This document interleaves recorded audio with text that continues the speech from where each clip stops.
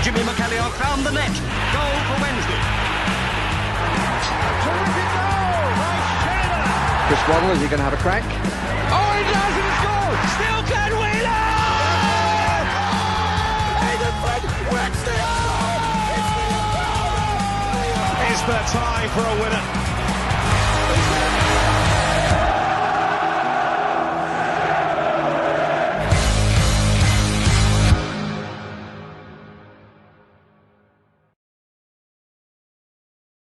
If Wednesday were a dog, we'd have put it down by now. It's another game. It's another 2, in fact, since we last spoke.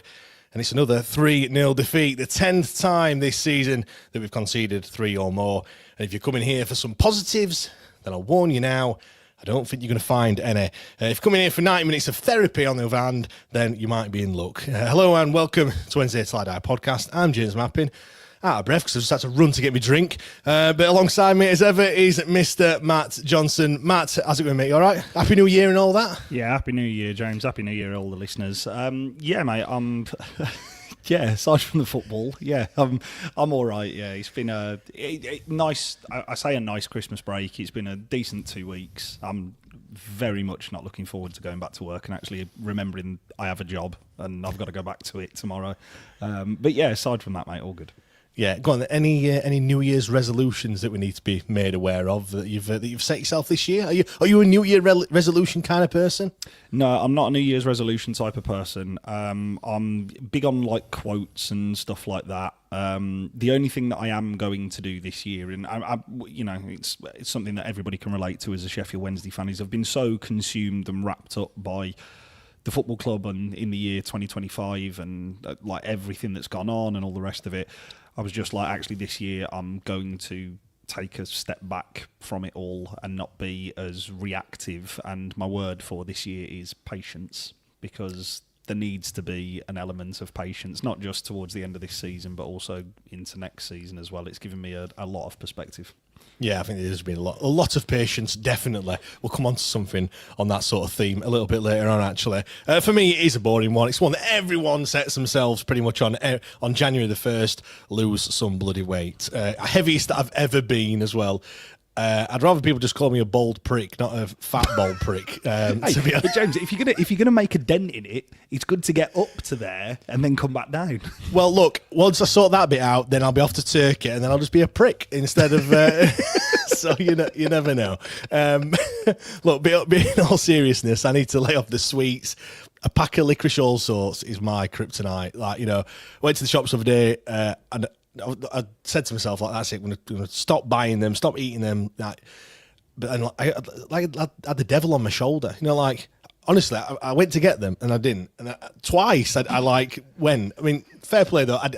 I didn't buy them. I didn't eat them. I'm not lying to anyone. And I did feel a little bit proud actually after when I walked away. I know it sounds, people probably listening to this thinking, what are you on about? But anyway, I'd write a battle with myself. So it's going to be tough. And a hand to all those others that are perhaps doing exactly the same, perhaps looked in the mirror or got on the scales and went, oh dear. So yeah, yeah, that's what I might have started my Christmas celebrations a bit early in September this year. Well, I've got some of them Bluetooth scales, and you can actually, I've had them for ages. Before Freddie was born, in fact, he's 5 years old now. And you can actually see, without knowing, you'll be able to tell when Freddie was born, because the weight just goes, skyrockets up. So anyway, Matt, it's getting harder and harder every week, innit? I'm not talking about kind of our survival hopes. I just mean actually watching Sheffield Wednesday this season. QPR scored.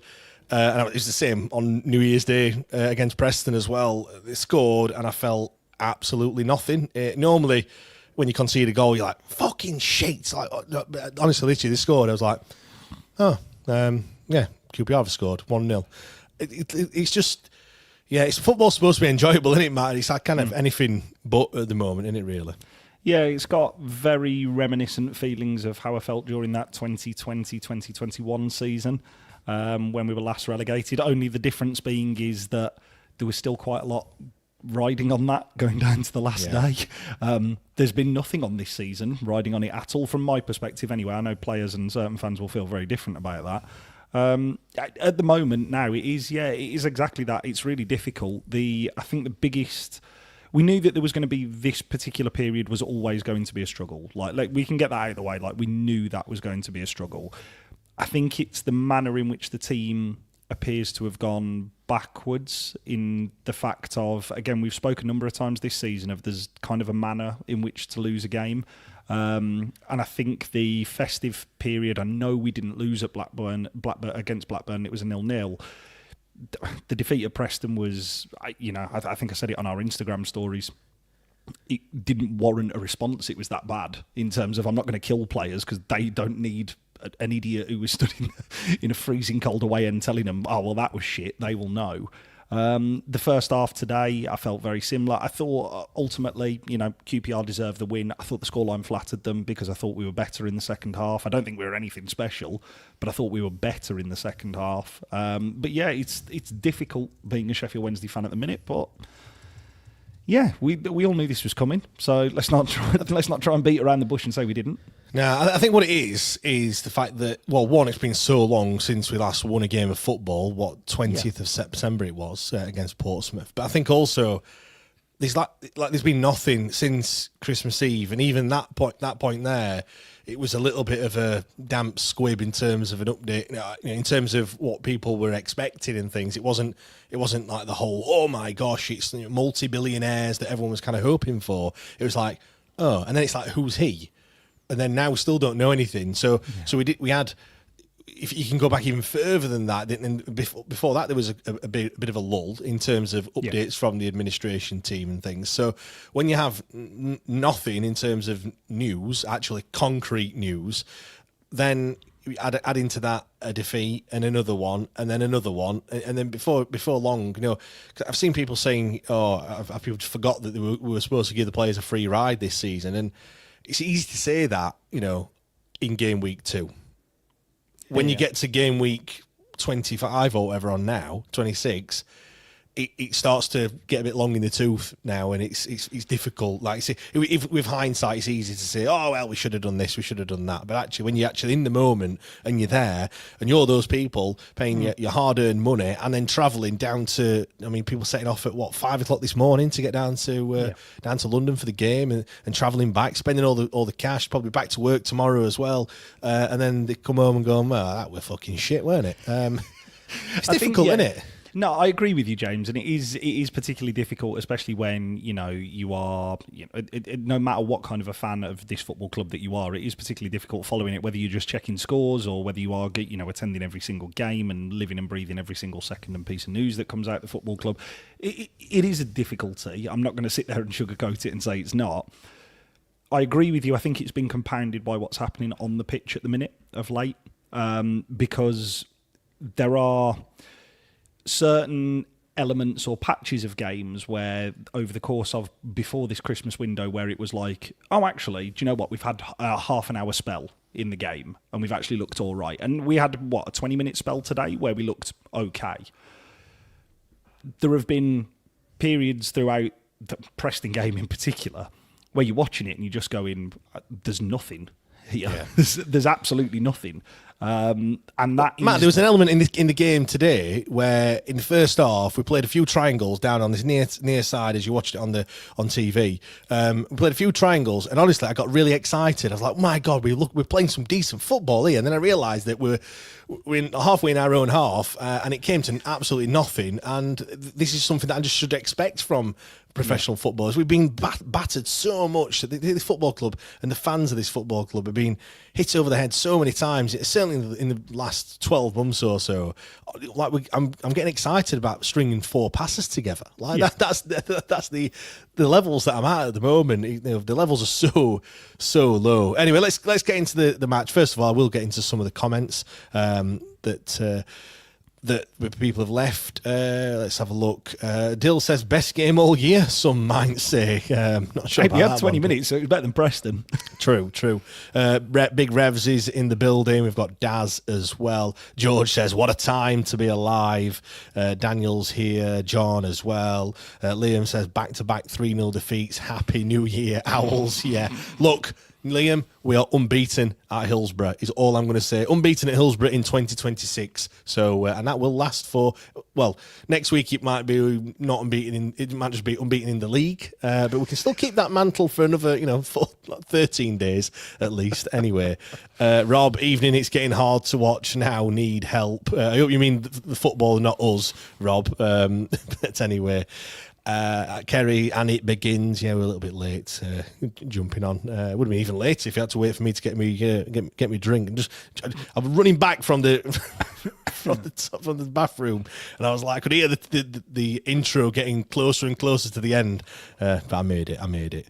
Daz says, great therapy too. Happy New Year, everybody. Matt says, get some vodka in that, James. I did ask what people want us to talk about, and one person said the darts, and I think Matt said the weather. So easily pleased this crowd, yeah. Matt. To be fair, George asks, favourite quote. I'm proud of the boys. Is that one? Is that in your repertoire? That one, Matt? Depends on the game at the minute. I'll be honest with you. This season, I am genuinely, James, on that, because I know a lot of people have. It's become it's become Darren Moore's. Like it's become a Darren Mooreism, if that makes sense. I am proud of the players. Like, I am really proud of them, because it is unbelievably adverse conditions. It's arguably the most difficult period that any of them are going to have in their career, whether they be right at the start of it or right at the end of it. I am proud of them for pulling on that Sheffield Wednesday shirt. I can't say performances this season have been anything which I've gone, do you know what? That was an incredible point. We've really dug in there and got something from the game. Aside from the Portsmouth game, the Leicester game, Wrexham, after that, I'm starting to clutch at straws and go, do you know what? Actually, it's not necessarily that we've been lucky to draw games. It's that we've remained in a game and actually the other team hasn't been able to find a way to break us down. Or we should have taken more from the game. Like, I'm thinking Hull. Well, yeah, I'm just looking actually, because I think I'm going to be right in saying I don't think we picked up any points from falling behind. So every draw that we've had this season has come from Wrexham. Is the only one. Yeah, he's the only one where. But and we should have won that game as well. All the others, look at Birmingham. We were leading in that one.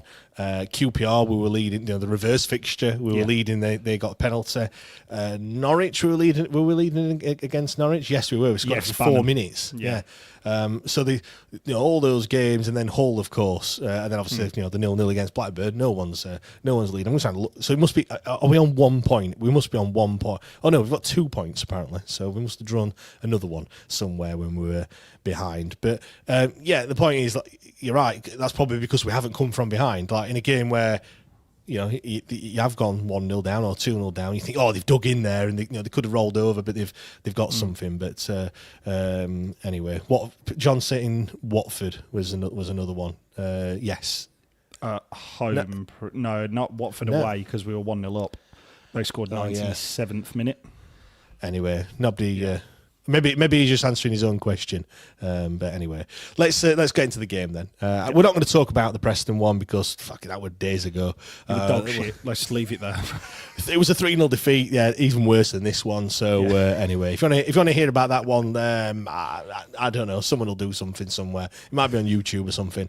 Anyway, Charles, Fazia, Iofa, Ottugbayo, McGee, Amas, Thornton, Bannon as your captain, as always, Jamal Lowe, McNeil and Cadamarchi. So it was 3 changes. I thought it was 2 at first, but I forgot that Ingleson wasn't playing.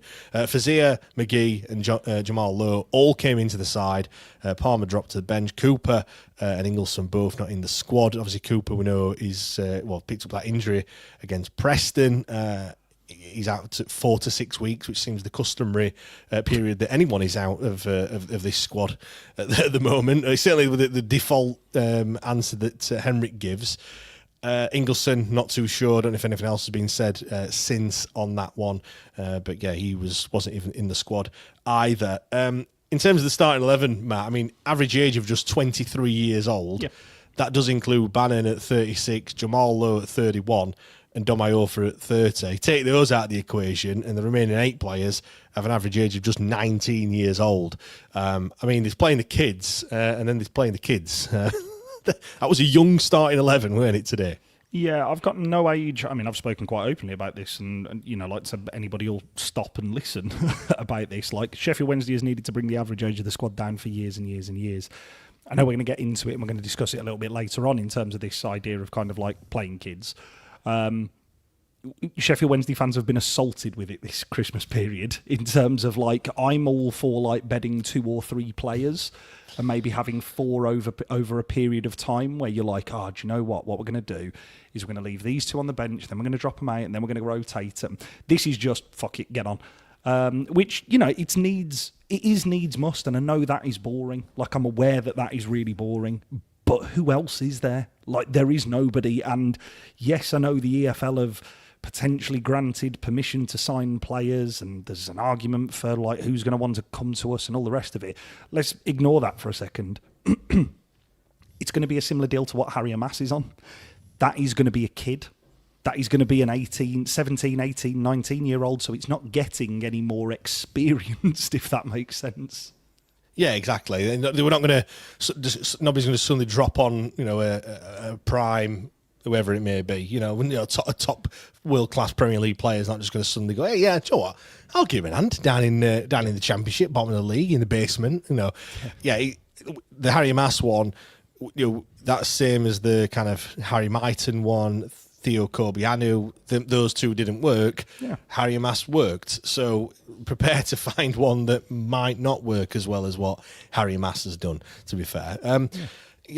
Matt, in terms of the game, Matt, overall, before we kind of drill into a few other things. By the way, I can't even be asked to go through the goals. If you were wanting top analysis on the goals that we conceded, yeah, not. I mean, we're going to talk about one of the bigger issues that's come out of the game, aren't we? In terms of Pierce Charles, of course we are. That is a discussion. I suppose the goals will come up, but we're not going to unpick them. Yeah, I mean, the other 2 just smashed it and went in for 2 of them. Just in terms of the game overall, I said it at the top. I just don't feel anything anymore. I feel like I'm just going through the motions in terms of following the match. I'm not. Normally, I do get excited about Sheffield Wednesday games. I do, whether I'm going or whether I'm watching it. I'm fully invested into it. You have you're thinking, who's going to play? Like, I think we should do this. I want to see more of this, that, and the other. At the moment, it's literally just a means to an end. I feel like we're just getting to the end of the season, which I know everyone is trying to do, and I wish it could just hurry up a little bit quicker. But like some of the players as well, I feel like they're kind of going through the motions as well at times. And I know people are probably going to say, well, look, they're tired and things, and it's difficult when you're playing week in, week out, and you're seeing all your teammates are falling down like a pack of cards, and you're thinking, well, it might be me next. I don't want to be injured. It could be it could be you might have got an appearance bonus or something like that. You don't want to be suddenly out for 4 to 6 weeks as everyone else is. You want to keep playing and that sort of stuff. So yeah, but I do feel like as a fan looking at it, we're just kind of like there's a distinct lack of movement around in terms of. There's no pass and move. That's probably why I got so excited about that little triangle that we played at that moment in time. I mean, sometimes they don't look like they've played together at times. I know we had Moses on the bench, but it felt like they had Moses on their side the way that the midfield parted like the Red Sea at times. I want to give props to someone in the disc. I can't remember who it was. Apologies. I think they're in the chat somewhere. He put it in the Discord, so I'm not going to take credit for that one myself. But I'm just kind of sat here, just feeling numb to it all. And it's another 3-0 defeat. Now, normally a 3-0 defeat, you'd be absolutely livid. You'd be spitting feathers. The fact that you've done it twice in 2 games, it should hurt. 51 goals conceded in the league. 18 goals scored.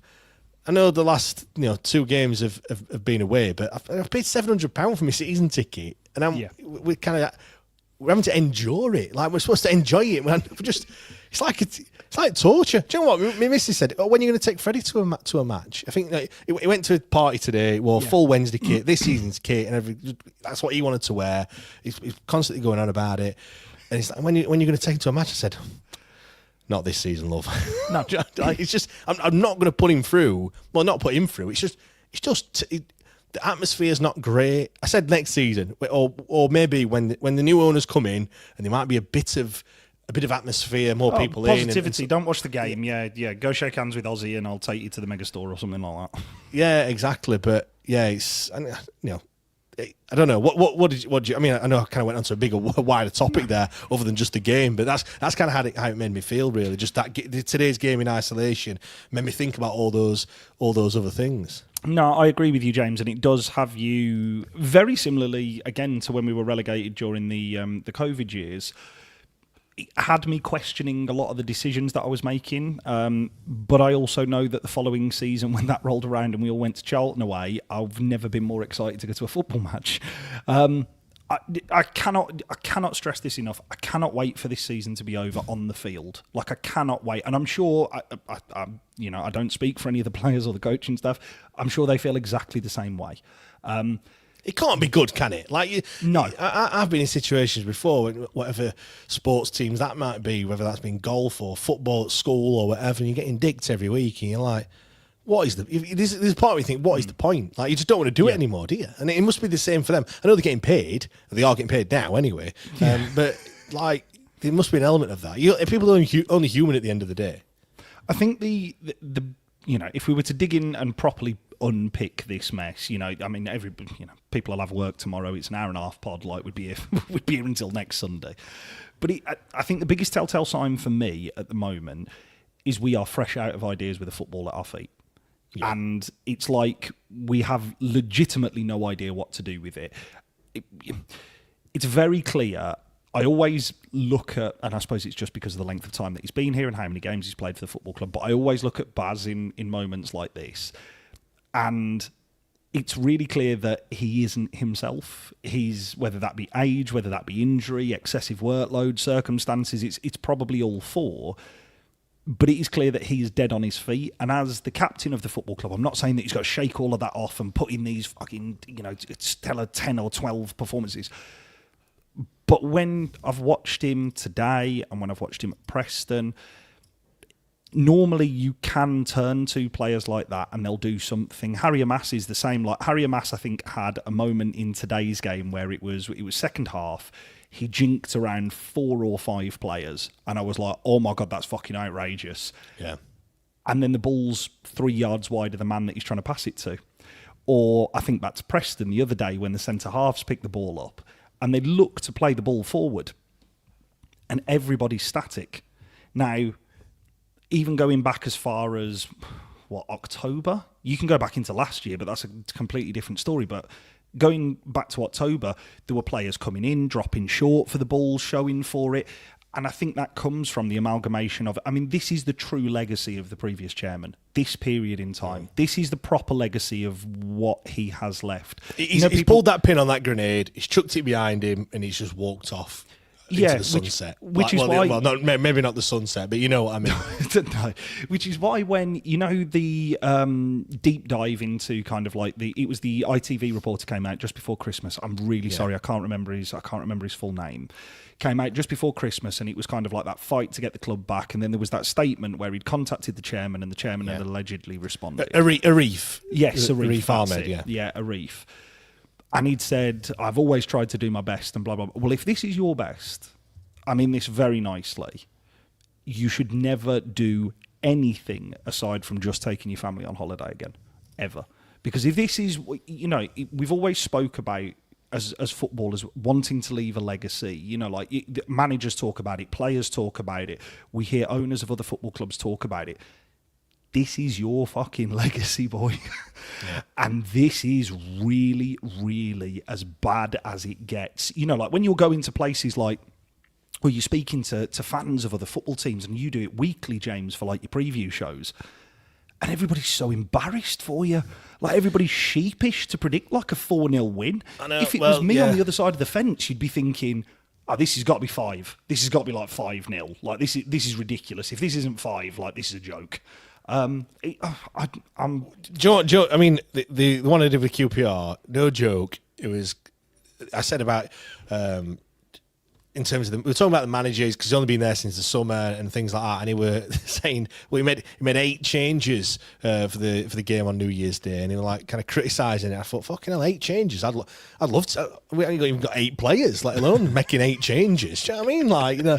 And then there was others where, you know, even the Blackburn fans, and they were saying, "Oh, no investment into the squad." Of the fucking hell, I'll show you no investment into the squad. Look at that shower of shit we've got. Honestly, I mean, I know.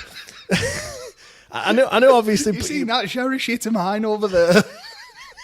Hey, we're not from Bolton. It's just a Phoenix. He's a Phoenix Knights quote again, mate. It's when they're in the club and they've just done the quiz night and they've finished dead last. His team. And he's going, "Do you think I'm about that shower of shit of mine? No.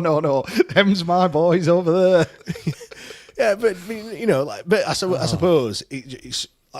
Ask me about any other football club, I haven't got a clue. Ask me about Derby, Wrexham, whoever. Like, I don't know half of their players. I don't know what situation they're in and stuff. So I get it. Like when you're fully invested into it, as we are with Sheffield Wednesday, you know. I think the only difference is we are the shittest. Like, you know, where everyone thinks they're the shittest. Like, we are. So, mate, I think you just have to laugh about it. At the minute, really. Mate, please do not talk to me about that. I was in the Butchers yesterday, and there was 2 Blues fans moaning about their situation, 2 Birmingham City fans moaning about their situation and the manager and the playing style, and the players aren't good enough, and we need 8 players now in January. And I couldn't help myself. I just went, "You two don't know you're fucking born." It was like the whole is it Carragher crisis at Liverpool, like fucking crisis. Yeah. Like Salah's gone to AFCON. Like it's not a crisis, is it? You know? Yeah. Anyway, George says preview shows are basically the 4 Yorkshiremen sketch. Yeah, it is. It is that. It is. And George, like the thing is, that shouldn't be fucking funny, but it is, and it's so true. It is like. There's a QPR fan who I've starred the comment from him. I'll bring it up in a bit, which is discussing kind of like Pierce Charles, and we've had a lot of opposition fans come on to the shows, James, and like people will see them in the comments, and every single one of them goes, insert club here, come in peace, because it's like I've genuinely got questions about what the fuck is going on at your football club, and it's bad. The trade-off to this is, James, when this all does get sorted, because it will be sorted in 12 months' time. Now, in the next 12 months, it will be sorted one way or another. Whether people like it or not, it will look different. The landscape will look different to how it does. There will be a team because the EFL have lifted the restrictions for obviously potentially the summer, tentatively with the proviso that a takeover goes through. Now, let's just roll it forward a couple of months. Remember how shit this is. And remember how bad this season is, because it's going to be etched in the record books forever. There's always going to be an asterisk next to it of kind of, you know, was deducted however many points over the 50 million points over the course of the season. But it is about remembering just how bad this is when we're all moaning about, you know, the 22nd player that we've bought in isn't what we all think he's going to be and all the rest of it. And I am having to just constantly remind myself that at this point in time, no, it's not good. No, it's not fun. Does it make paying £40 for a ticket to go to QPR today any better? No, of course it doesn't. Like, it doesn't. And to anybody who travelled down to the game today in genuinely freezing conditions to watch that, or anybody who went to Preston, or anybody who goes to Hillsborough, or anybody who's gone to any single Sheffield Wednesday game this year, does it make it easier going to those? No, of course it doesn't. But actually know that there is potentially a change on the horizon. And 12 months ago, that looked nigh on impossible at this football club. And that is the thing that is constantly keeping me going this season. Yeah, 100% agree on that one. I mean, let's try and get into some positives. Yeah.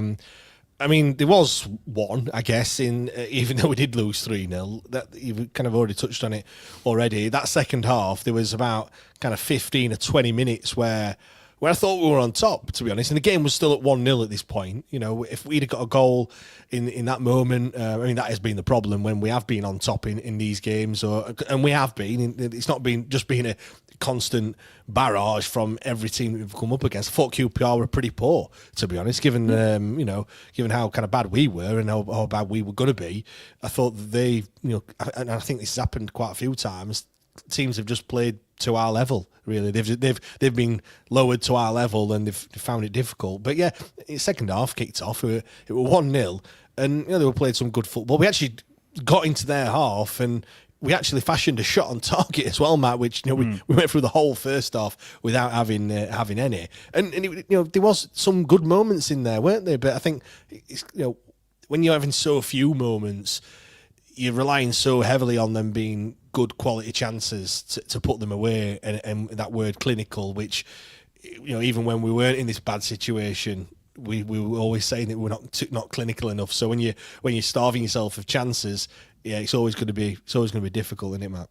Yes, absolutely, it is. However, as you said, James, that was our best spell in a game since Boxing Day. Let's take it one step at a time. It's not just a one-off move, it's some composed possession and some extended pressure by recycling the ball and playing further up the pitch. It is having a shot on target. We had 2 shots on target. We came close at the end with Cole McGee, who was the most random player who I could have thought of actually had the closest one to scoring today. Yes, I agree with you. QPR weren't great. They weren't at all. QPR were no great shakes. They thoroughly deserve the victory today. I'm not going to shy away from that. I thought the scoreline flattered them, and I think if they were, I can understand why they've just lost 2 on the bounce, if that was the level of performance that they've been putting in. However, when we had made the changes and when players were playing further up the pitch, we did actually see some slight patterns. We did see some 1-2s. We did see people switching the ball when we got further up the pitch. It's just that has become so few and far between over this Christmas period, and this Christmas period has had 6 games in it. And that compounds it because it's, 2-3 days since we watched a 3-0 drubbing at Preston. And then today, it's another 3-0 drubbing. We're going to back at home next week against Brentford. We're going to lose that. There's no point in trying to get around that. That is just going to be a loss. We then go to Portsmouth, which I was speaking to a couple of fans before the game at Preston the other day. They've penciled that as that's probably the last time that we've got an opportunity to pick up some points this season from a 3-point perspective because they're so bad away from home. Aside from that, you're really, really clutching at straws. I mean, imagine that. If I were a Portsmouth fan, imagine if a team's done the double over you. One team. I mean, the only team that the worst team in the league has beat is Portsmouth, both home and away. That'll be, I think I'd not go back to Fratton Park ever, to be honest. If that was, however, I would like to say thank you to those Portsmouth fans who did produce the best clip of the Christmas football period with that Charlton game. That was fucking special. That was really, really special. Yeah, that's right. I'm just going to bring this one up quickly before, because it's something that it's a bugbear of mine. I don't think I've said it for quite some time, so I need to bring it back up. Is this one from Matt? Why do we defend with every single player back from corners? Why not leave 1 or 2 players on the halfway line that will draw at least 3 of their players out to mark them, hit teams on the counter? Don't get me started on that. He's one of my absolute bugbears because you get the ball and 9 times out of 10, the keeper catches it, or it goes out for a goal kick, and you've got a chance of a quick turnover, and you don't. I mean, I think, look, at the moment, I just don't think we want to attack. There were times in some of the games, I go back to Blackburn, and it was almost like we didn't want to attack because if we'd lost the ball, that means you've got to run back, and they look absolutely knackered. But anyway, I just wanted to bring that up because I'm in your camp, Matt. I am in your camp there. No, Matt, I agree with you entirely, and I think this was something that myself and you, James, discussed on the pod at length last year when we had players like Jeddy Gassama. Do you remember him? Wow. When we had players what like about him, Anthony Masaba off to Fenerbahce? Don't, mate, don't. Honestly, I know we're going to get into the discussion on your youth players later. But this is the point. Is I understood it when there was players like that who genuinely could hurt teams on a counter. Now, again, this is no disrespect to any of the current squad that we have. Who can carry the ball 30, 40 yards and beat players in our team? We haven't got anybody. So I understand the logic this season of just saying, everyone get in the box, can't defend corners anyway, just get in the box and hope somebody gets their head on it. Again, and I know that sounds throwaway, and I know there will be far more tactics and nuance to it than that. And I know lots of top teams do defend with all of the players in the box because obviously the numbers dictate that, set-piece goals are so important now. We haven't, if you're just looking at the fundamentals of it, There is only, you would argue, Harry Amass can carry a ball forward. Dominic Iorfa can carry a ball forward, but he doesn't look like he's ever got it under control. Cads, you would argue, can, but again, I'd want him defensively for his height. After that, who is there? Charlie McNeil. I like him as a player. I think he's going to be good in League One if he sticks around next year. He doesn't have that in his game. He can't carry a ball 40, 50 yards up and then pull it back and find a pass. We just don't have that capability this year, which is, again, it's depressing. Yeah. And another one I want to talk about is kind of away from football slightly, but that QPR pitch, Matt. Jesus Christ. I don't know if you noticed it, but I'm kind of delaying talking about like the inevitable, which is the rest of the performance and things like that. But their pitch, my God, was absolutely horrendous. I mean, in a roundabout way, this is going to turn out into a positive for me. And if you follow us on X, I did put a bit of a hand together for Lee Jackson, the groundsman at Hillsborough, because the pitch at Hillsborough, I'm never going to complain about it ever again. Having seen that one at Loftus Road today, and the one at Preston weren't much better either. No. And then you compare that to Hillsborough, it's like playing on Crown Green bowling. Like, do you know what I mean? It's like it's immaculate, Hillsborough, isn't it, at the moment? It's tremendous. Honestly. It's a shame that we can't play good football on it, like, but you know, it's a shame that we don't play football, let alone. Maybe that's what it is. Yeah. The ball's in the air all the time. It's not actually on the floor, so it's not getting used. Just whatever box we're defending is battered. Yeah, gone are the days. I mean, just on that, gone are the days. when you have the goal mouth when it's all like bare, like it is on a park. It used to be like that, like when you're watching, football, professional football. Yeah.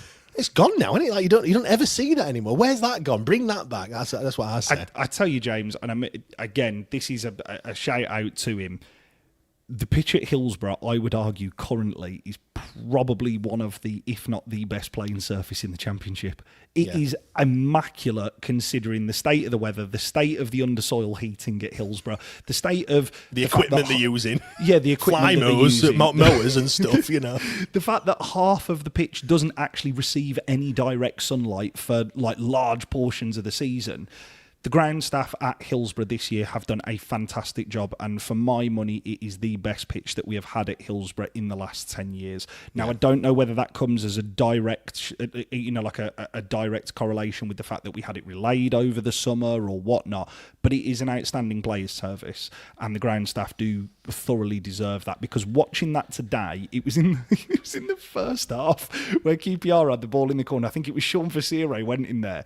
And when you're expecting the ball to bounce, and it bounces like it's a waterlogged pitch, but there's not a drop of water, and it's probably concrete hard because of like how cold it is, and the ball's bobbling all over the shop, and it was a mess today at Loftus Road. However, what I will say is it is quite nice in the year 2026 to have those little throwbacks to yesteryear of what football used to be, because you watch it and you go, fucking hell, this pitch is bad, isn't it? Yeah, I think that was the norm, weren't it? Like, clubs up and down the country just had pitches that looked like that, to be fair. But and look, I'm not going to give our previous owner any praise at all. But if he has to be one, it's finding Lee Jackson from wherever he found him from. Whatever he said to him. Man City. I know, but like, in terms of whatever he said to him to get him to come, then it clearly worked. Yeah.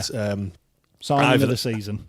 Yeah, either that or he's on about £150,000 a week or something ridiculous. He said, yeah, have what you want. I can't pay you anyway, so fuck it. Yeah, exactly. But honestly, like the work they've done is tremendous. And no Dulux green paint anywhere to paint it. Maybe that's what they've done actually. They've just painted the pitch. It looks green, but no, honestly, it is. It does look great. John says QPR ploughed pitch today to disrupt our style. Yeah, exactly. And Liam, that's one thing that we've got over that down the road. Yeah, I think there's a bit of underhand tactics there. If you don't fucking start me with that, James. Again, this is where I will give some credit. I quite like it. Big festive period. Players need a break. Just water that down there.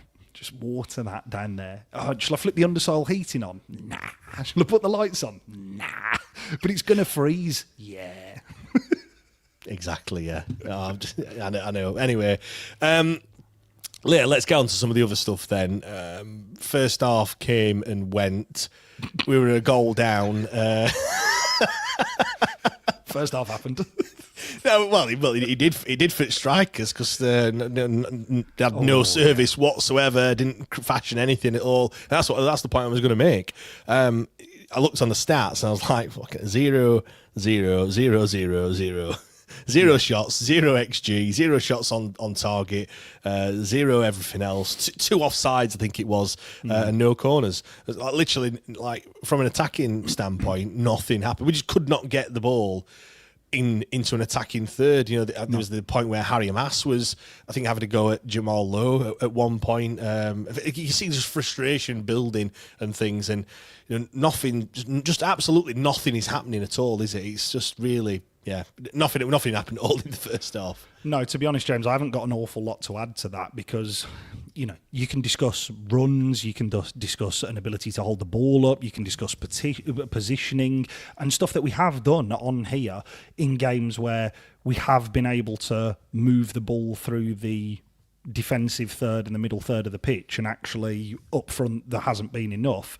The first half, we couldn't even get the ball to forwards. So I'm not going to kill Jamal Lowe and Cads and Charlie Mack because, yeah, there have been plenty of games that have warranted them receiving criticism. We spoke about it right at the top, and I made the point of centre-halves pick the ball up today and against Preston. They've got nowhere to go with it because midfielders are stood on their heels, wing-backs are already wide and marked. They've got to go backwards. And then the only people who show for the ball are your 2 centre-halves, and we go round in this cycle again. You know, October, November time, it's a bugbear of mine in terms of seeing somebody drop deep, like a Jamal Lowe or, you know, like a whoever to receive the ball and drop into space. Players don't do that anymore, and they haven't been doing that really since probably the middle of December. They haven't been trying to get that interchange. They haven't been trying to play that quick pass. You know, like Preston the other day, I mentioned it just before we came on. Preston the other day, we played 2 crossfield balls and like it was 3,500 fans nearly give a fucking standing ovation because it was like, whoa, crossfield pass, like to a free man. What's going on? Today, genuinely in that first half, James, I'm not going to kill the forwards because we couldn't get the ball to them. So actually, I can't criticise them because actually, I don't know what the runs were like. I don't know where their positioning was. I know we couldn't get the ball to them, so I'm not going to kill forwards for that. Well, that's the thing as well. I think if you ask me now, kind of what went wrong in that first half, I'd probably struggling to tell you actually what it was because you know, if you sat down and watched it again, or if you watched it intently, you'd be able to pick out, oh, this didn't happen, and everything else. But just as you're just watching the game, I don't know whether it's because maybe I just checked out, or I have no idea. But you know, thinking back, I can't really tell you why it was that we were struggling so much. You know, we couldn't really string passes together. I don't know whether it was that we weren't showing for the ball with him marking us tightly. They weren't really pressing us. The QPR didn't put any press on us whatsoever. I don't think any team will do this season either, by the way, because it's just a waste of time. Well, not a waste of time. You just don't need to do it. You just don't need to. You just let us have the ball. And again, I saw that actually the first half or first 30 minutes or so, QPR shaded the possession, and then it was clear that they just kind of went, you know what, you have the ball. Yeah. I think after what I'm guessing when they went 1-0 up, they were like, well, you have the ball now. We don't need it. We've got that goal. And then, you know, the possessions crept up for us. And once again, it's another game where we've had more than 50% possession. I think we've lost every single game bar one, which we've drawn in. All our points we've picked up and the wins have come when we've not had the ball. But you have to be kind of in control of the game to be able to dictate what you want to do with it. And when you're 1-0 down, you can't really do that, can you? Yeah, no, I would agree, James. And I think again, the point that we just were talking about before, I don't think the pitch helped with this in any way, shape or form. No. However, I would have thought that actually the pitch was going to play to our benefit because what we should have done, presumably, is actually just look to go long and get players in and around forwards.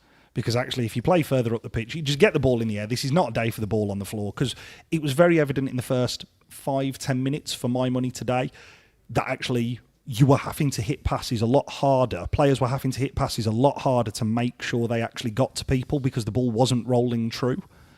And we didn't adapt to that at all. And that's where that is on individual players to take responsibility.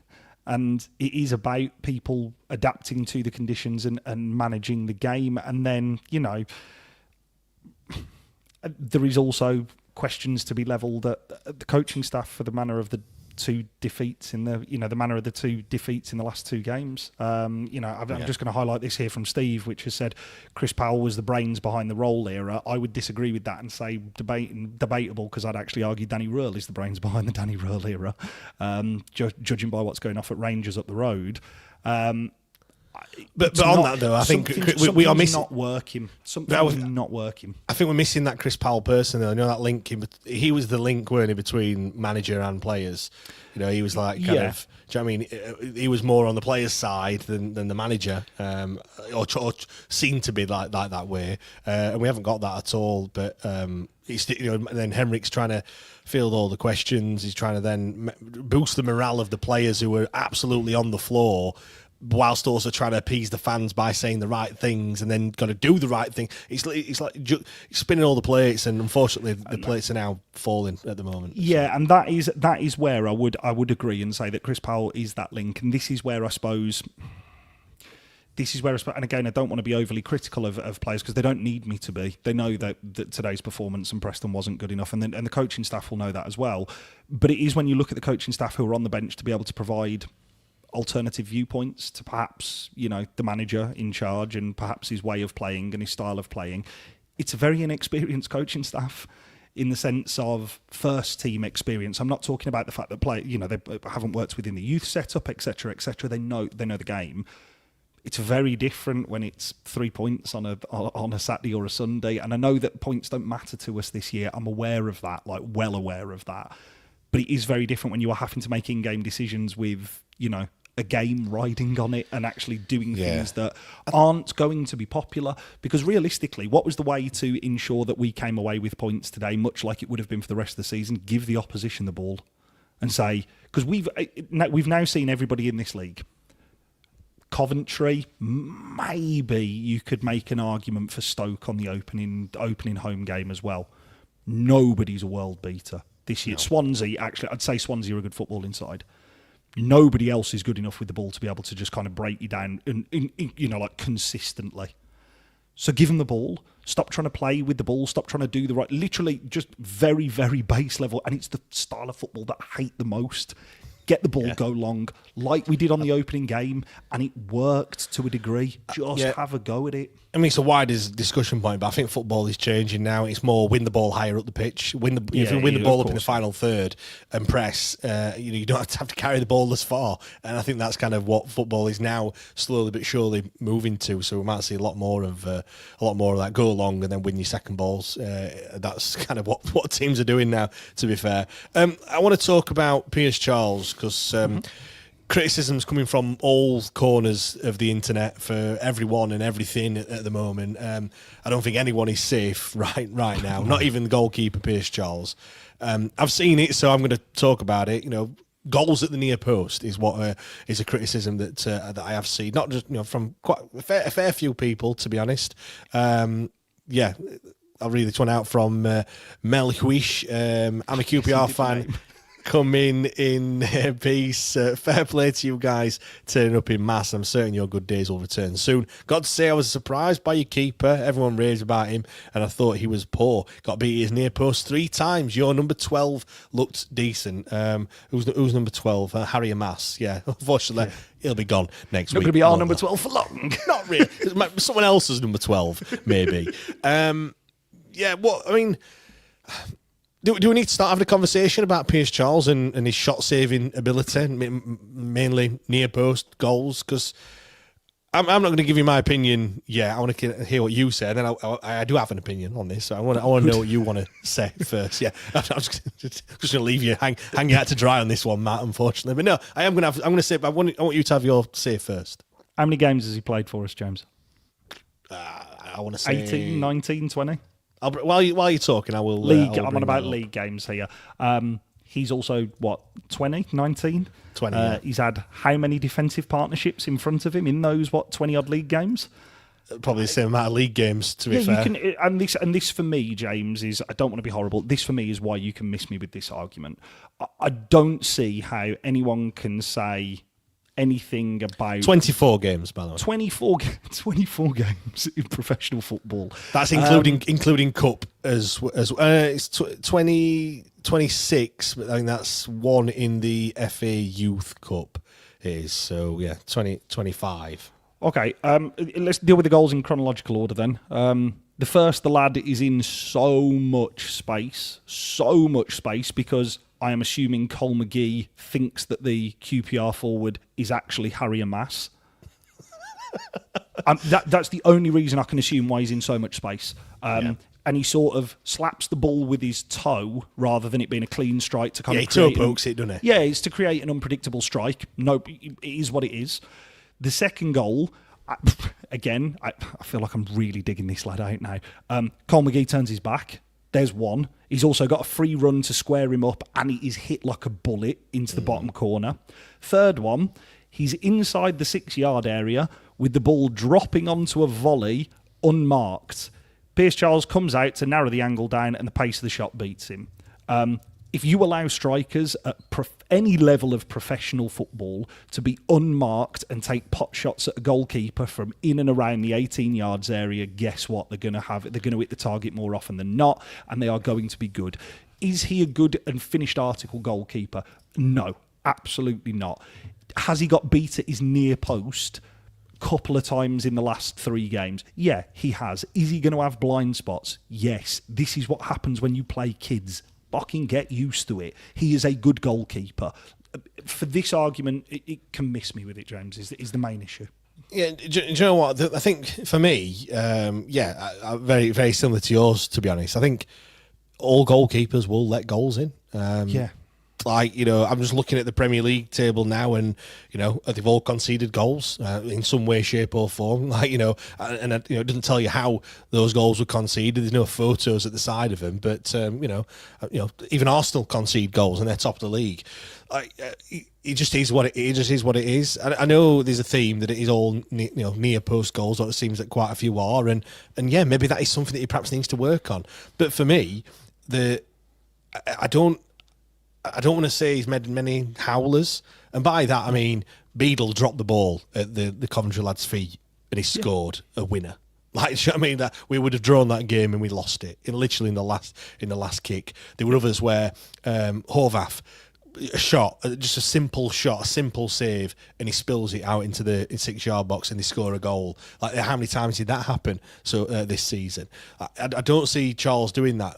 A corner comes in, he claims it. A cross comes in, he claims it. He doesn't drop anything or anything like that. All right. So, point I'm making at, we're a Championship club at the bottom of the league. We've got a young goalkeeper, and he might let a few goals in at the near post. And when you look as well, if you look now, I mean, I don't even be able to find it in the time that we're talking, but in terms of shots that we've faced this season, God, it's astronomical. I think it's Derby who have actually faced more shots than what we have. You're fucking shit, Derby.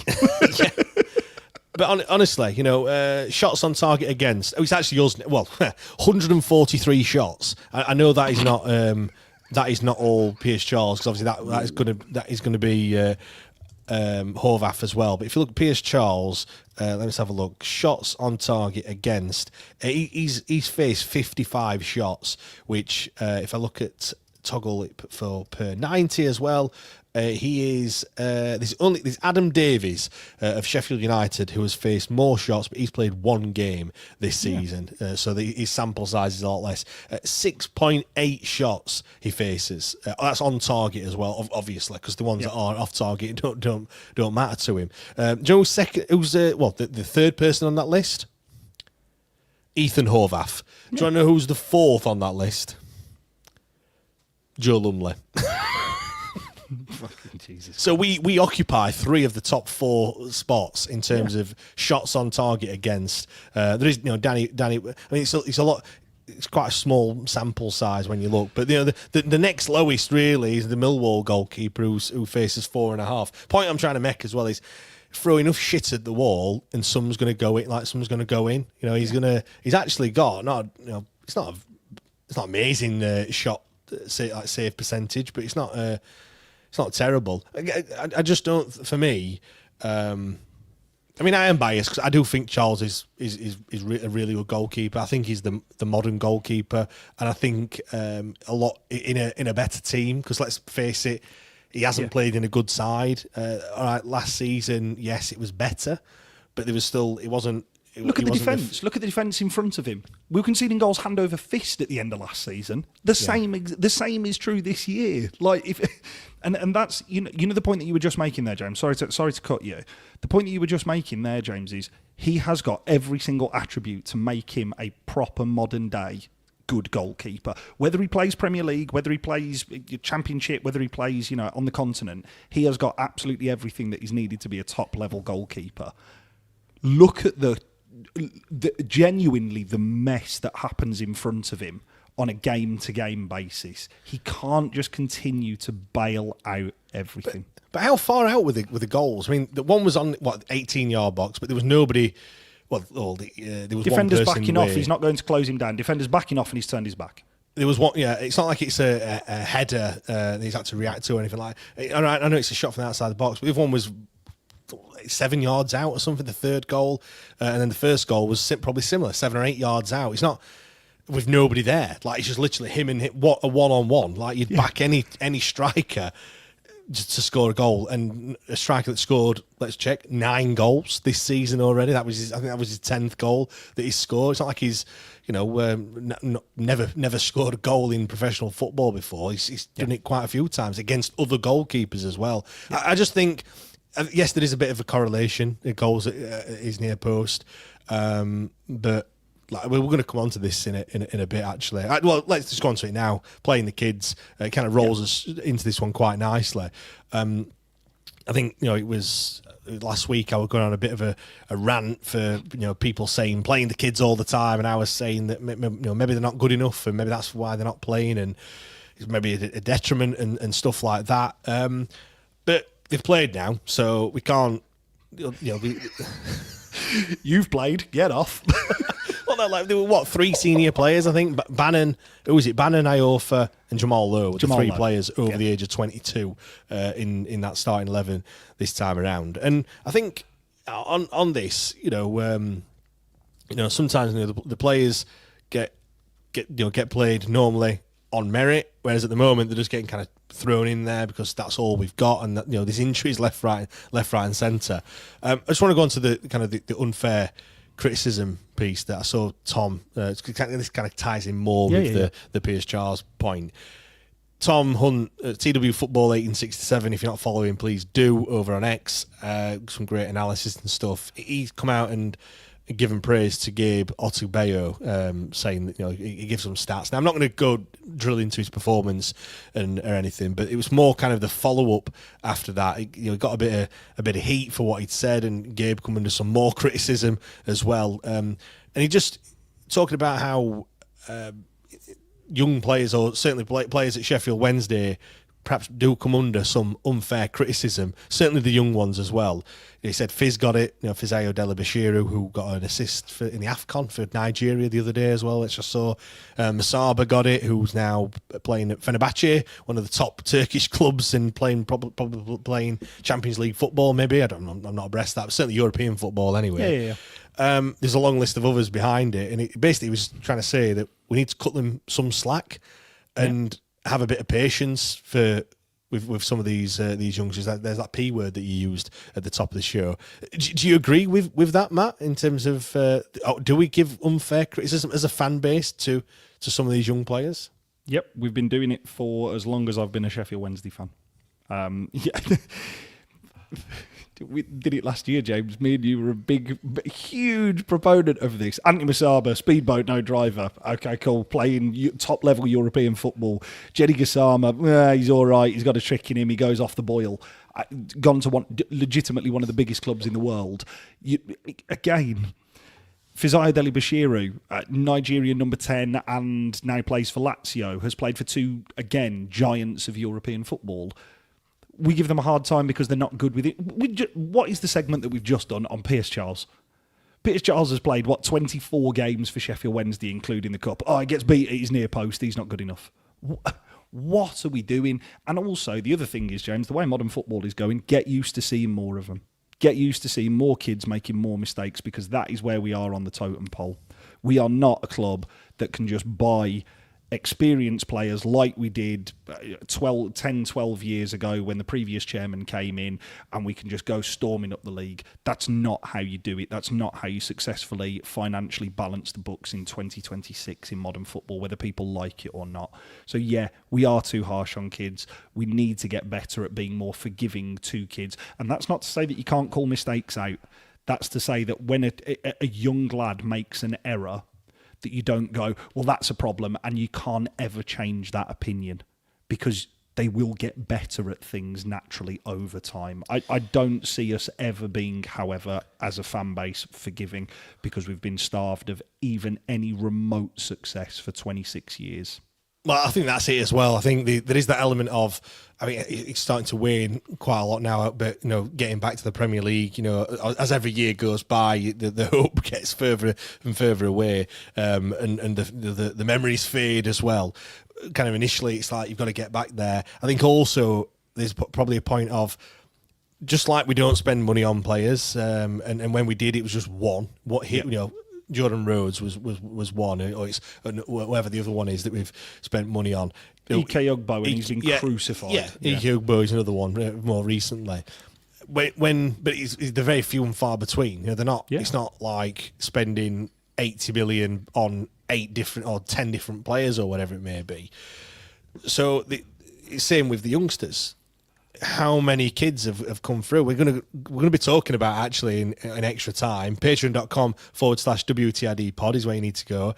We're going to be talking about like whether we should adopt the Brentford model and looking at kind of how Brentford do it now with their B team and scrapping the academy altogether, although they haven't, which we'll come on to.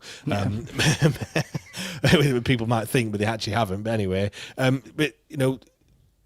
not many players come through the ranks when you look at it. Now, Cam Dawson, Joe Wildsmith, obviously now we've got a few of them now because they're playing at a necessity. You could say, I think George Hurst is the only player that has come out of the academy to play in the Premier League, certainly since we come out of the Premier League anyway, which is a long time.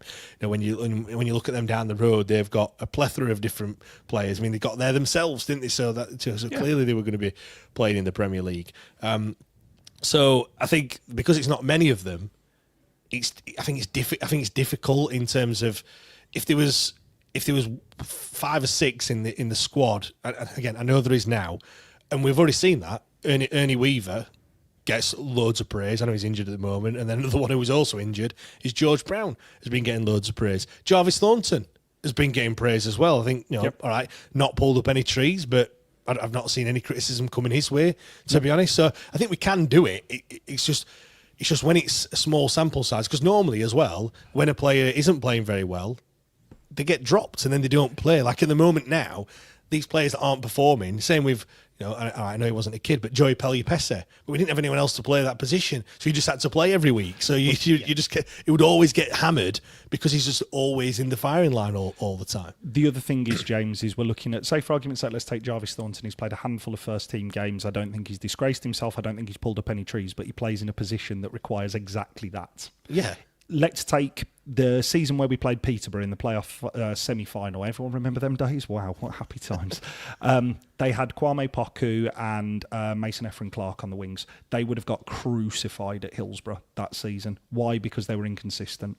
Because they were 2 lads who were lightning fast, bag full of tricks, and 9 times out of 10 it doesn't come off. Well, they were Saba and Gassama, weren't they? It was just a younger version. 100%, and they would have been battered from pillar to post because we don't give it. Fizaya Deli-Bashiru got it that season. Fizaya Deli-Bashiru, I think that season, made upwards of 40-odd appearances for Sheffield Wednesday. I remember him coming on against Barnsley in the game where we pulled it back to 2-2 and ultimately lost 4-2, and people were acting like the world had fallen apart. Oh, what we fucking bringing him on for?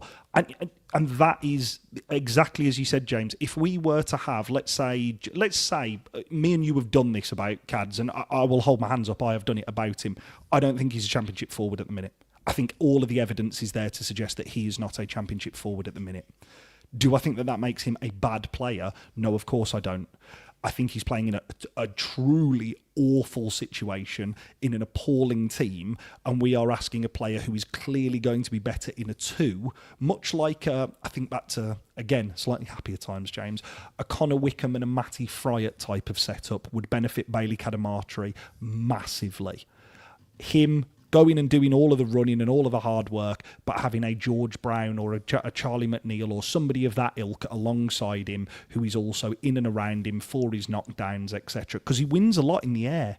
Today, for argument's sake, thankless task. He's got to play basically a lone frontman role, and when he does win the ball, guess what? There's no fucker within inside of 30 feet of him for him to head the ball to.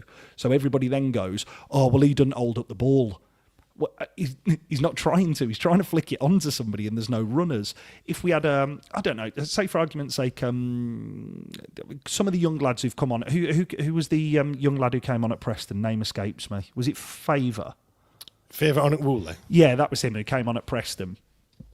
He has been in certain areas, not all, but certain areas, have gone, he is the fastest shit player I've ever seen. What are you talking about? Like, what are you on about? You know where this will come next year, or a year down, or 2 years down the line? It'll be Will Granger. It'll be all of these players who come out of our youth setup with an unbelievable amount of confidence, scoring goals for fucking fun. And then they'll get into the first team, and because they don't bang 5 in 10, everyone thinks they're shit. Yeah, I saw a comment. John says difficult gig to please at Hillsborough. He says even Waddle would get booed. We booed Chris Brunt. We booed like all of the best players that we've had that are young kids. Chris Brunt and Glenn Whelan are a prime example. Glenn Whelan, not spectacular by any stretch of the imagination, got a far easier ride than someone like Chris Brunt, who had a genuinely top-level Premier League career, and he got booed because he was in a position that genuinely impacts and affects the game, and he creates things and he tries things. Josh Windass is another example, but we're covering old ground. Done that to death. Yeah. I'm just going to read some of the 3-word match reviews, and then I will we'll move on. So I want to talk about James Board and Takeover and things. Gary says soon be over. Neil's gone with won't reach 0 points, that is. Martin says non-league standard. Andrew says it's just pointless. Steve is gone with Groundhog Day again. Anthony wants to end season now. Jason, players no good. Gary Webster says 3-0 again. Another one from Matt says end season now. Tom Wainwright, end the season. Yeah, we get the point. We get the picture. Let's end Lee Boland scrap the season using a different word there. Craig gone with same old story. And Matt Glossop says didn't watch it. What did you watch, Matt? Is what I want to hear. What did you watch? Paint dry or something like that? Anyway, right. Let's talk a little bit about James Board. I think we've spoken about this every single week, and we haven't really got any further officially. Anyway, we're going to keep doing it. We're going to keep talking about it. Well, no, because I did this week just gone. I did if people listen to the debate show, they would have heard myself speaking to Ross Hart from Dunfermline Press. I thought, we don't know much about this James Board figure, so why not speak to someone who might know something, a little bit more, or certainly like kind of a bit of an insight into what we might expect if James Board and his consortium, whoever that may be, do take over at Sheffield Wednesday. I have clipped it up, so please do go and watch it or listen to it. I mean, 10,000 people have gone and done just that. So, you find it on our YouTube channel if you haven't seen it. But I just want to kind of, a few things of note, Matt, that I'll take from it. He said that he was pivotal in bringing arguably their highest profile manager that they've ever had in Neil Lennon, the former Celtic boss, to Dunfermline. He also said the club was in a relegation scrap when they took over. They survived, and then now the mid-table. I know mid-table in Scottish football is, you're as close to the bottom as you are to the top, aren't you, when you're fifth? Yeah. Which is just how Scottish football is, which he said, has to be seen as an improvement. He said that they do use AI for transfers, as we know, but the manager still has the final say, and they do to do some of the traditional scouting as well. Also looks at Scottish players to bring in, not just players from abroad, all kind of around the 21-year-old mark. I've just had a look at who they have brought in. I think there's a few that are 25 or 26, but no one is over 30 or anything like that. They are all of a saleable age, which I think is kind of what he said as well. They've got a resale value, which is clearly what the Moneyball system is. Also said that improvements have been made to the pitch and the catering and stuff off the pitch. It's not just all money spent on the squad and things. And he also said they don't get too involved, but they are involved. So it's kind of seemed like a bit of a nice balance. He said he's been to 2 games in the past, I think 1 home and 1 away, and they've released 1 statement other than the one when they first took over at the football club. I say they because there is 2 of them that are there. And one point they mentioned was they want to let the actions do the talking instead of the words. I mean, Matt, what did you make to what Ross had to say about James Bourke? Like I said, you look online and there isn't a great deal. You have to do a lot of digging, but on the surface level, there's not much about him really, other than that he sat at a poker table. Yeah, I mean, on the whole, I thought it was quite a positive chat. It's the type of discussion that you would hope we are having further down the line in regard to a relative feel-good factor. I think when Ross touched on kind of like the overall squad age was more akin to modern football. He said it's one of the youngest, if not the youngest, in Scottish football in the top divisions of competitive leagues in Scotland, which I thought was exciting. I thought also the similarities between the 2 clubs were quite stark in terms of, like, I was sat there going, oh shit, there's a lot that happened there that's happened here in regards to the administration and the need for investment. This is not meant with any disrespect, but it's, when anybody says that statement, the next thing that comes out of somebody's mouth is incredibly disrespectful. Our need for cash and the level of investment is going to be far greater than what was needed at Dunfermline due to the scale and the size of the task and the club here. Could that have just been him testing the water, maybe? Yeah, quite possibly, but I and doing it on a slightly, again, because I know they've got a very storied history of playing European football as well, potentially doing it on a slightly smaller scale in terms of, it's only, as you said, it's basically half the size of what the Championship is in terms of like squads and all the rest of it. So yeah, possibly. On the whole, I came away from it thinking, actually, I know a little bit more about the situation at Dunfermline. I don't know an awful lot more about James Board as an owner. The thing is, what I got is Ross didn't know a great deal about him either. In terms of he lives in Las Vegas. He's never spoken to him face to face. He's never done anything to media or anything like that. So he's quite a secretive person, I guess. Which I suppose, on the face of it, when we talk about an ideal owner and we say, what do you want? Like, that is probably what you actually want. It does tick that box. Absolutely, James, because that was where I was coming on to, is that I would be talking out of both sides of my mouth here if I didn't say that in the last 12 months I've said I want an American-style model of ownership, and this is an ideal American-style model of ownership in terms of an investment group and an ownership that do nothing but pump money in and employ the right people in the right positions to make footballing day-to-day decisions to run the club.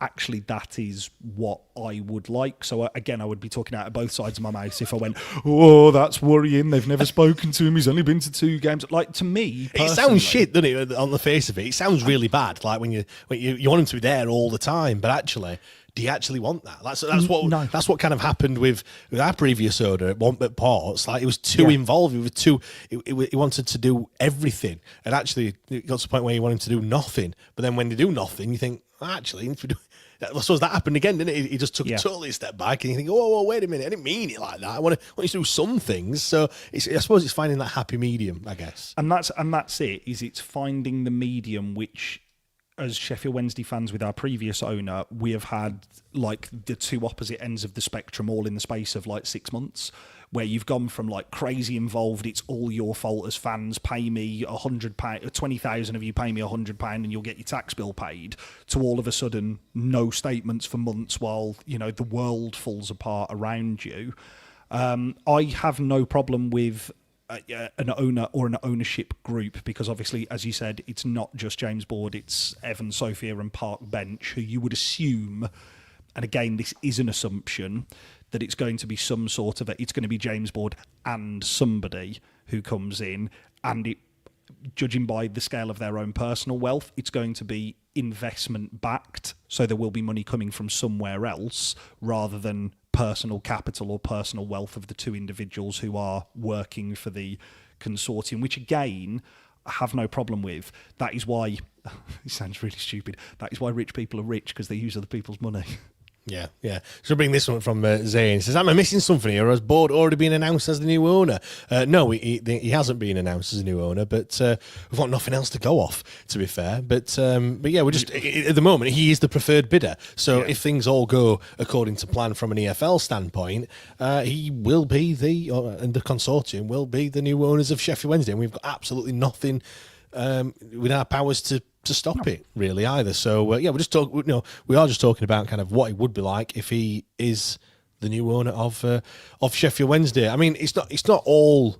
It sounds like really positive stuff, that, but it's not all positive. I know you've kind of had a look at a few things, and you've had a look at their website, which is Short Circuit Science, I think I want to say is their business that they've got, but it made for some interesting viewing, didn't it, I guess? Yeah, I think so. Again, Short Circuit Science is the arm of like data analysis used allegedly by Matt Weckhart 8831's team, who has said he was the main reason for AI and our mess our team up. It kind of like happened, and what happened down the road. All I would say, Matt, is I would say that is on your owners, not the company who they employed. But there we go.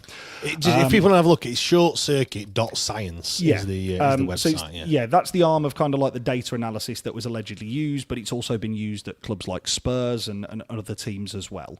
So there's a bit of a backstory here with Tony Bloom, who is seen as like the godfather of this approach, so to speak. And basically the premise of it is you input a budget, you then tell AI to go and scour the globe for players so you don't have to. And on the surface, all very plausible, all very sensible. You're using modern technology and data to run your numbers. It's a very similar approach taken by the Oakland A's in baseball, which has now been kind of like coined into Moneyball, which was obviously the film. The reason why I would call, I suppose, Tony Bloom the godfather of this with English football is because he has successfully used data and analytics to build a Premier League mainstay in terms of Brighton. I was listening to a podcast the other day, James, and I thought this was so fucking apt for Brighton.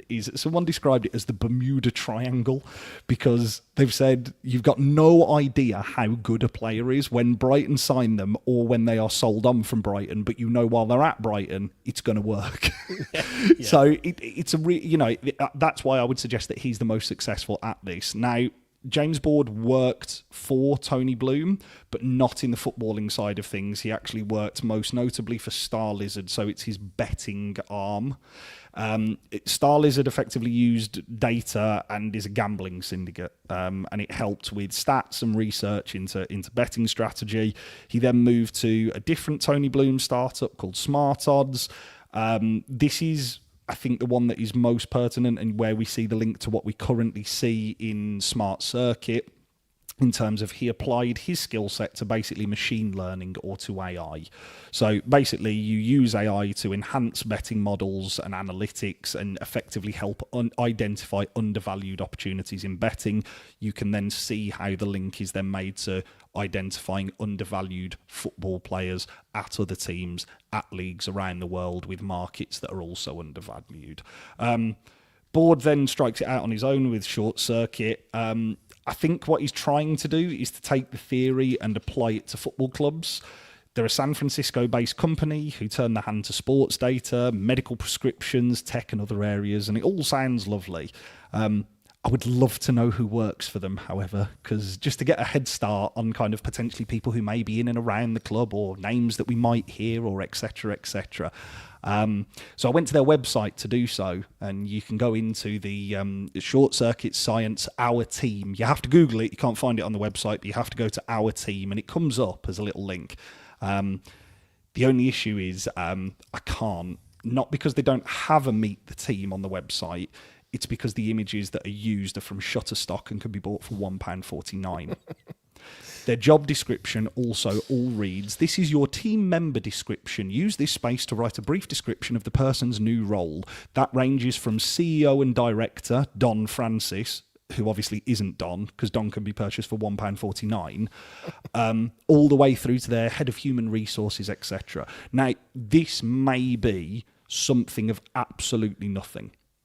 But when a fan base has been treated so cloak and dagger for 8 to 10 years, these things matter.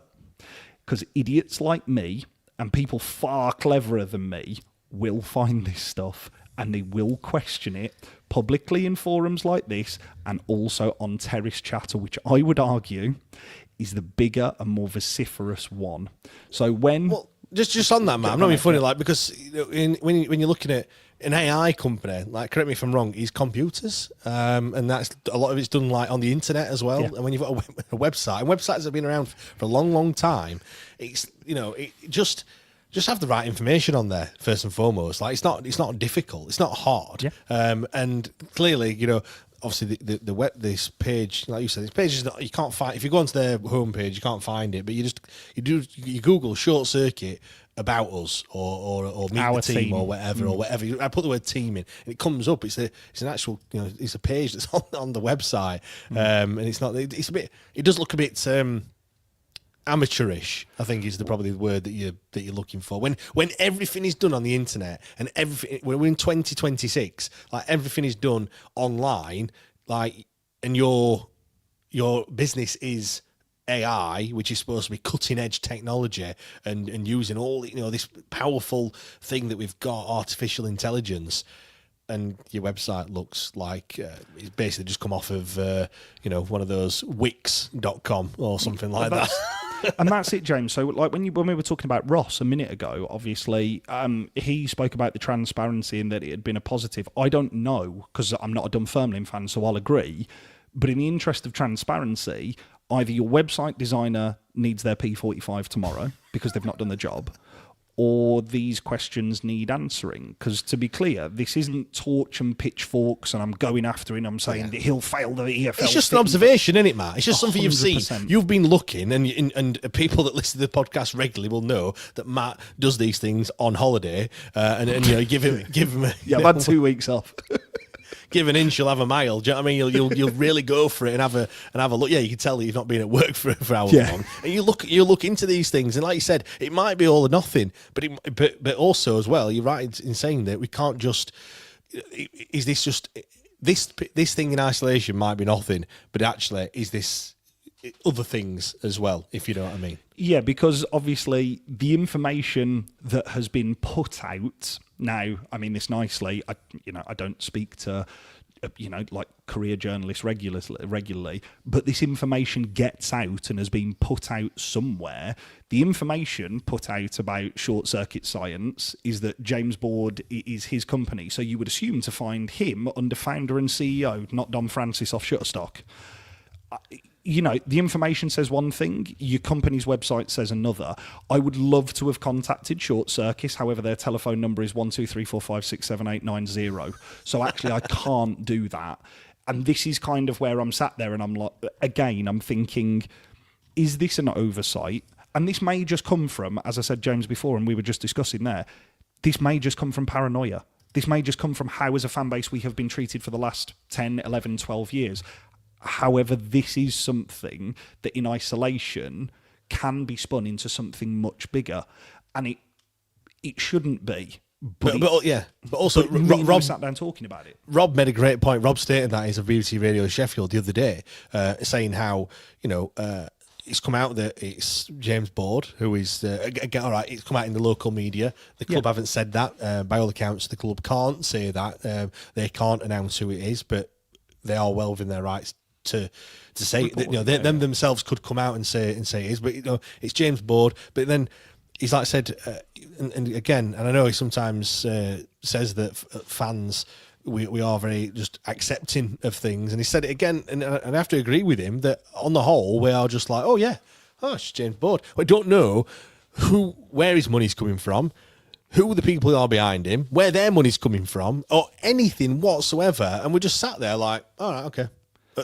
Trust the administrators. Trust the administrators to get it right. And we're like thinking, well, wait a minute. We were not here last time with our previous owner. Is that not why we got into this situation? Not knowing where his money comes from, not knowing any other people behind this whole operation. Like we'd have to be a bit smarter, and I think we are, like you said, we are well within our rights to ask questions of who the next owner of the football club is going to be. Because guess what? If it happens again and we're in the same situation, we've only got ourselves to blame. If you've asked the questions and it happens, at least you've tried. Yeah, and that's it. And you would hope that if we're just taking the Dunfermline model and even the Cordoba model, which obviously he has a minority stake in as well, there are people who have been appointed to those football clubs to be able to answer the questions. Now, the Cordoba link is far easier to find out where the money comes from. That's really simple. The money for Cordoba comes primarily, I can find, from Bahrain because of individuals who have been kind of like found. You can find out people's Instagrams, etc. It's fairly easy, and that we discussed that 2 weeks ago in terms of that discussion surrounding, there's an ethical issue there if that ever came into play, but that's for another day. But you would hope that based off the Dunfermline model that Ross spoke about, that there actually will be somebody there to be able to answer questions, so that when a question comes up, let's say there is somebody who the club are working very closely with, like an Amadou Paixão, to bring in players, that you can actually go to the CEO or the head of recruitment or the director of football, and as a fan base or as a trust, I know we're going to very quickly touch on the trust statement here, but also go, we need these questions answered. How close is that working relationship? So that, say for argument's sake, Matt, who was in for the Sheffield United fan, who did come in peace, I did give him a bit of shit, but he came in peace. When 4 signings are bought into the club coming from the Bulgarian 25th League or whatever, we can then go, or say for argument's sake, a deal that on paper looks fucking mental, which is Victor Wanyama at Dunfermline, we can say, how's that happened? How the fuck has that happened? How have you come to the conclusion of this? And it's not saying, you've got to rip all of this up and blah, blah, blah, but we are allowed to question it as fans, and you shouldn't feel guilty for doing so. Yeah, exactly. Great points made there. You're right. We are going to quickly move on, and let's talk about this trust statement quickly. I know the title is about the 2 or 3 signings, but that is going to have to be quickly on extra time as well. But the trust, it did come out with their first statement of the new year that was shared yesterday. I've just picked out some key points from that. It says there was a hope for stability, but uncertainty remains. While 2025 removed the root cause of many problems, there is still no clarity on future ownership, funding or timelines. I have just kind of surmised this, by the way. This is not verbatim, for people wondering. It mentioned about the trust representing supporters. The trust is engaging with stakeholders where appropriate, assessing potential owners and ensuring fans' voices are heard. Also mentions that we know nothing about the preferred bidders. We've just been talking about that now. And they would like to do their own checks on individuals involved. And then they have already actually done some background checks on some who they think might be involved, but maybe one of them is that the Cordoba links and things like that. And I guess it's people who he has already been working with, maybe at other clubs and stuff. There is also talk of an expectation of better ownership and governance. After a decade of decline, fans deserve improved transparency, sustainable leadership, and respect. And it ended by talking of a clear vision for the future. The trust wants successful, well-run club, a strong fan engagement, a proud stadium, clear identity, and long-term sustainability as well. Matt, I spoke a few weeks ago, and I said I kind of would like some more. Some level of trust involvement. They've been involved all the way through the process of removing the previous one, and I kind of not in terms of having a say or having a hand in kind of what actually happens, but more for kind of holding the new owners to account. I was kind of saying, maybe get them to agree to some things, and I mean it's not going to be a legal binding contract, but mainly so we can use them to use that to bash them over the head with when they're not doing certain things and stuff like that. I suppose what they're trying to do with this statement is precisely that, I guess, and just goes to show that whilst we've not heard from them for a short while, they are still doing stuff in the background as well. I thought it was an interesting what was said or implied or what wasn't said. I've pulled a quote which it reads, "It is in everyone's interest that the integrity of the administration process is maintained. To that end, any public comments by the Trust will be mindful of this requirement." Take from that sentence what you will, but it has certainly left myself with some interesting questions about the state of play at Sheffield Wednesday Football Club at the minute. I think it's a really well worded, well thought out, put together statement which is challenging and questioning of the football club, and also letting people, whether that be administrators or people who are potentially looking at the football club, go, we are not going anywhere. Yeah, I think what's happened, there's a shroud of mystery once again at the football club. The administrators came in and we were like, hallelujah, like, some clear, direct communication was had.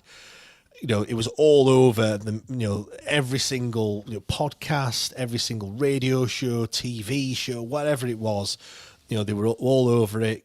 Some great PR.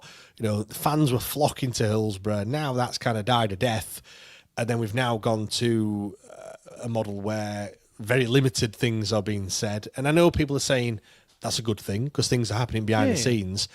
But then again, once you just go back to the whole, is it not? There's then that void that we are then inadvertently filling by talking about these things. And when we don't know, you have to give every side of the argument, and people pick out the ones that they want to listen to and things like that. And we have our own opinions. You have yours as well, and people listening have theirs.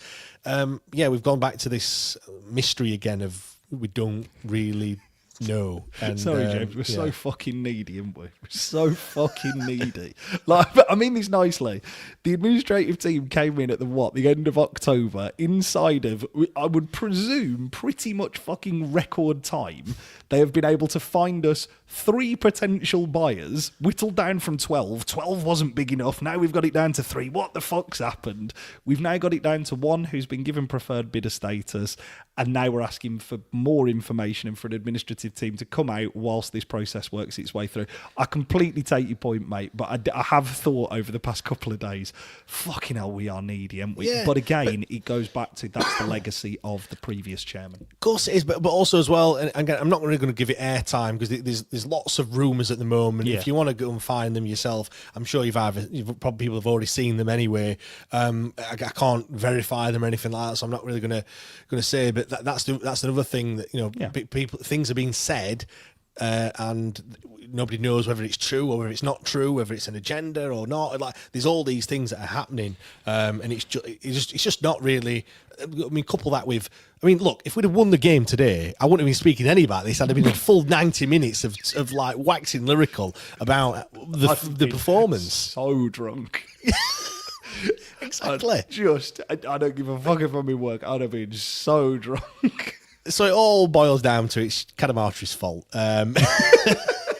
It's fucking Pierce Charles getting beat at his near post. Yeah, it's his fault. Because if he'd not done that and we'd have won the game, we wouldn't be talking about it. But the point I'm making is the fact that we're losing every week means that we're not even having, there's no respite. No. So tomorrow isn't about, looking back at the goals that we scored or whatever. It's just about, right, are we being taken over or not? What's happening? Yeah. Is it someone else? Right, it's the 5th tomorrow. It's the first working day, proper working day of the year. Like, I want to hear something now. And that's where we are. But, I think just before, I know because we're going to wrap it up, James, I think the other thing here is the entire process, start to finish, has played out on social media. I'm not talking about the administration. I'm talking about the removal of the previous chairman.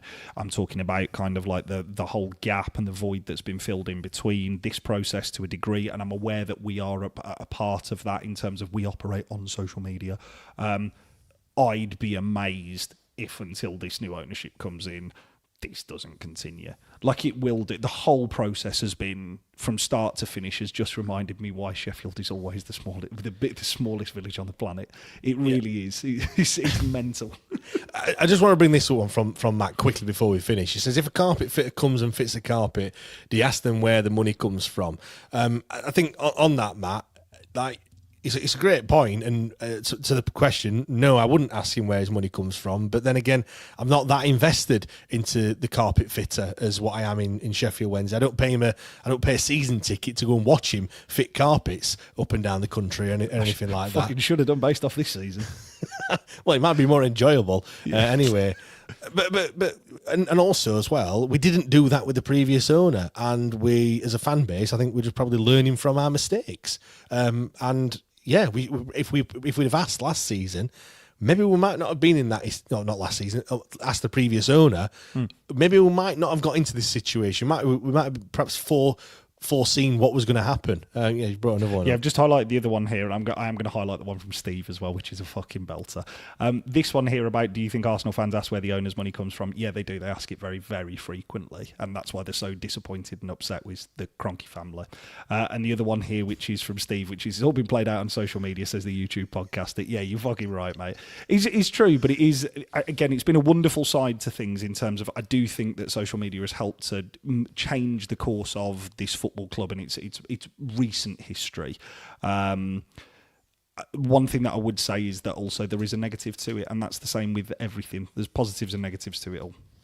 Exactly. Right, we're going to wrap things up here. So do join us over on Patreon, patreon.com/WTID pod. We're going to be talking about whether or not Sheffield Wednesday should be better off adopting the Brentford model, scrapping the academy altogether in favour of a B-side.